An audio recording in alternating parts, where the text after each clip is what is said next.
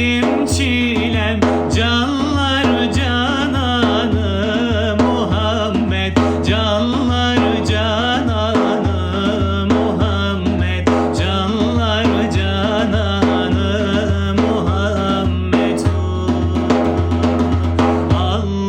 Allahümme salli ala seyyidina ya Muhammed. Anam babam canım sana kurban olsun ya Muhammed.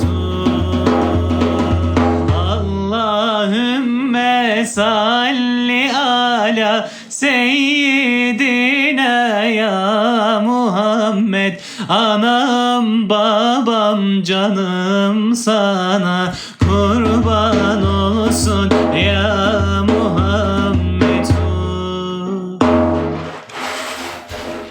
Evet, öpelim bir tane. Oh.